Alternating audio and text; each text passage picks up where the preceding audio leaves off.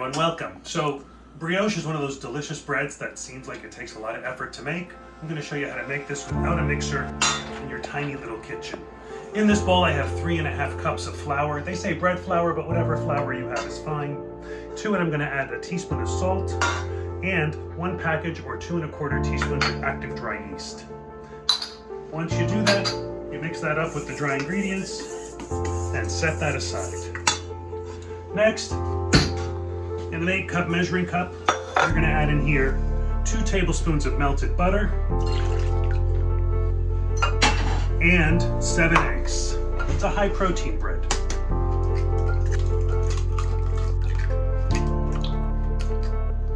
And then you're going to also add a 1/3 cup of brown sugar, but any sugar will do, and a 1/2 cup of water. And that's that. You're going to mix all of this together till it's well combined.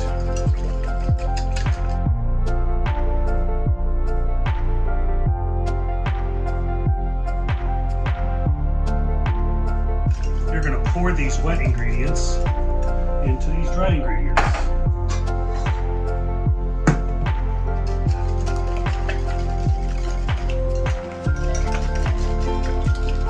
Done. And then you just pour it into here.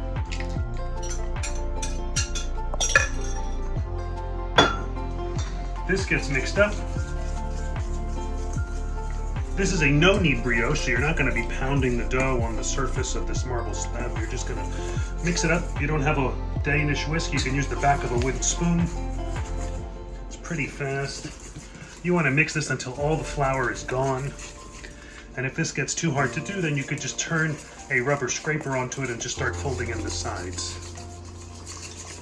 If you have a mixer, you can use a mixer, but it's not necessary.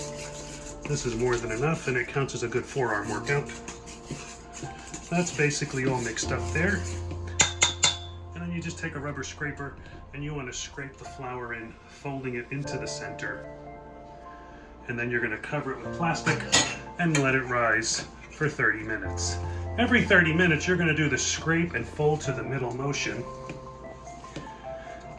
until you do it 8 times if you have time. If you don't, like I have no time, essentially I'm going to just cover this and stick this in the fridge to let it rise overnight.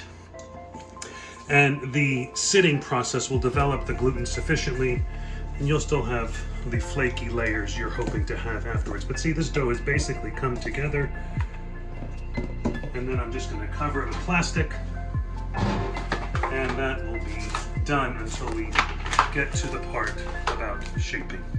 So far, so good. We brought a brioche together in under 5 minutes. Okay, so this has been sitting for about 30 minutes, and all you're gonna do, if you're not gonna let it sit in the fridge overnight, you're gonna fold the dough into the middle, turn the bowl 45, into the middle, turn the bowl, into the middle, turn the bowl, into the middle, and you do this 8 times. So that's time number 1. Every 30 minutes you do it again. If you don't get to all 8 times, that's okay. You're going to make up the difference in, letting it sit in the fridge. So that's it. Come back in 30 minutes, do that again. Okay, so my videographer Zach has gone to bed because it's about 10:45 at night. And these breads have risen for about a half hour. And I'm going to film and do this one-handed. So all we're going to do now is paint this with the egg wash of the 1 beaten egg and a bit of salt.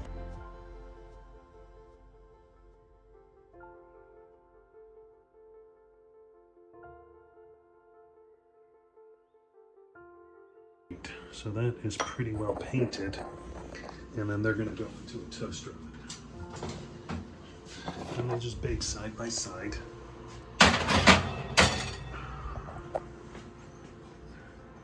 Excuse the seasickness you might be feeling.